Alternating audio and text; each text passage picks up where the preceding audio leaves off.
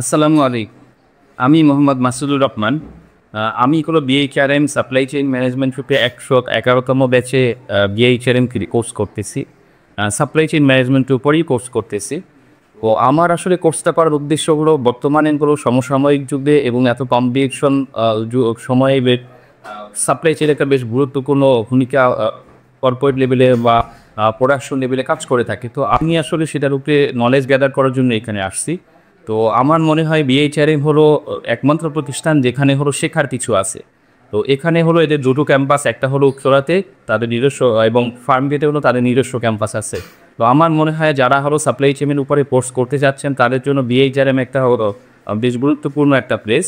এবং এখান থেকে কোর্স করলে অ্যাটলিস্ট আপনি এখান থেকে শিখে যেতে পারবেন যা আমি হলো আমার লাইফেও আমি যা কর্পোরেট লেভেলে যা শিখছি আমি বিএইচআরএম এর সঙ্গে যখন মার্চ করি তখন দেখি এটা খুব বেশি গুরুত্ব বহন করে। তো সবাইকে ধন্যবাদ। আশা করি আপনারা এখান থেকে কোর্স করতে আসতে পারেন এবং কোর্স করবেন ইনশাআল্লাহ।